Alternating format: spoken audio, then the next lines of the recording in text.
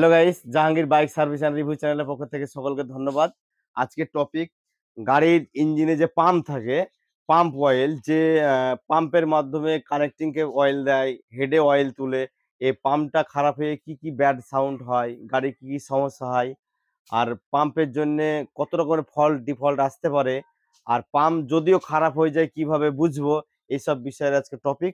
আজকে চলুন দেখাচ্ছে আসুন। এই যে এই পাম্প যেমন দেখুন, গাড়ির সঙ্গেকার পাম্প, এই পাম্পটা হয়ে গেছে খারাপ। পাম্পটা কিভাবে খারাপ হয়েছে দেখুন, আর কিভাবে কি কি খারাপ হয়েছে। এই যে পাম্পে দেখুন, এই যে পুরো চুষে গেছে ভেতরটা, এই যে টোটালটাই চুষে গেছে। এই পাম্পের জন্য গাড়িতে যেমন আপনার বিকট একটা আওয়াজ আসছিল, তারপর পাশে আর একটা বিষয় কানেক্টিং কে জাম করে দিয়েছে, ইঞ্জিনের সাউন্ড একদম বাজে করে দিয়েছে। এবার এই পাম্প ঠিকঠাক না থাকলে গাড়ি এক এক টাইম সিজ হয়ে গেলে মোটা একটা খরচের বিষয়। তো বিষয়টা হচ্ছে ভিউয়ার্স, গাড়ি প্রত্যেকেই চালাই, তা গাড়ি চালানোর সময় সাউন্ড ফলো করতে হবে। যে কোনো সময় যদি ব্যাড সাউন্ড আসে, তাহলে যদি পাম্প খারাপ হয়ে যায় সঙ্গে সঙ্গে পাম্প ঠিক করতে হবে। আর ইঞ্জিনের যে সমস্ত সাউন্ড আছে, এই সমস্ত সাউন্ড গুলো কোন মানে কি, পাম্প খারাপ হলে কেমন সাউন্ড হয়, আর টাইমিং চেন খারাপ হলে কেমন সাউন্ড হয়, তারপরে আপনার হচ্ছে কানেক্টিং গজে গেলে কেমন সাউন্ড হয়, এই বিষয়ে বিস্তারিত আলোচনা করব। তবে আজকের টপিক আপনি পাম্পের বিষয়ে থাকছে। পাম্প যেমন আপনার এইখানে লাগানো থাকবে, ইঞ্জিনে থাকবে। এই যে দেখছেন পাম্পটা এই জায়গাটায় থাকবে,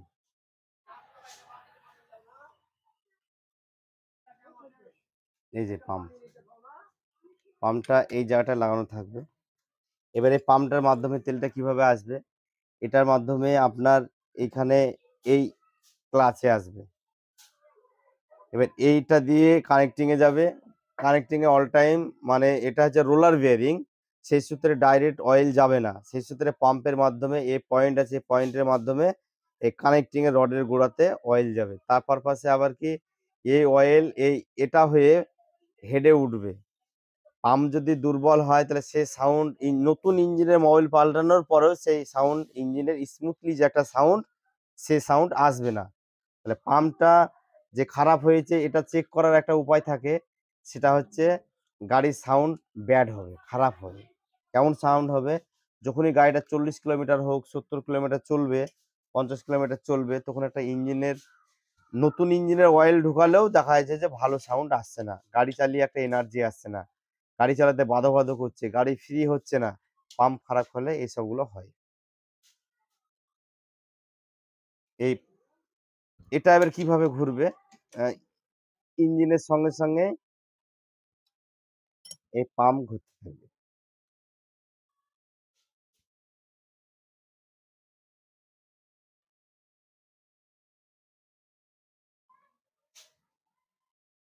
কষ্ট করো, দাও, পাম্প লাগিয়ে দিয়েছি।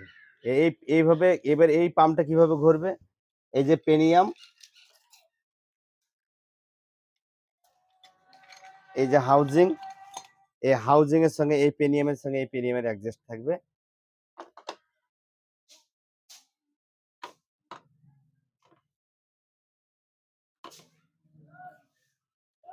এই যে এই পেনিয়ামের সঙ্গে থাকবে।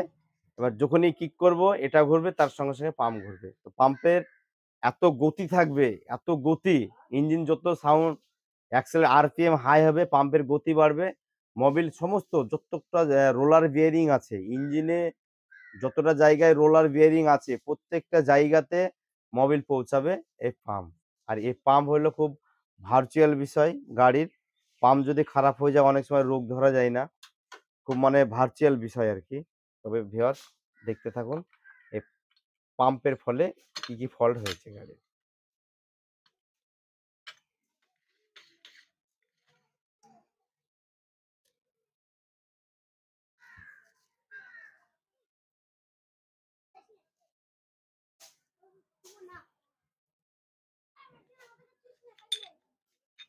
স্টপ করো।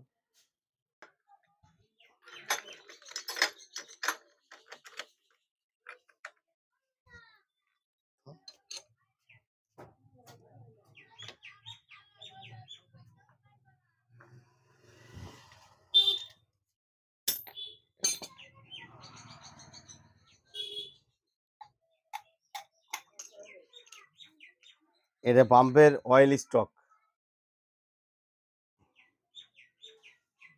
এটার মাধ্যম দিয়ে তো মোবিলটা উপরে যাবে। অয়েল স্টক, এই জায়গাটাতে অয়েল স্টক হবে।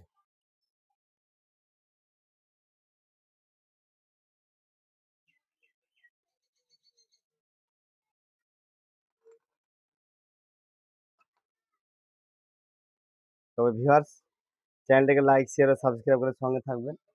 এই ধরনের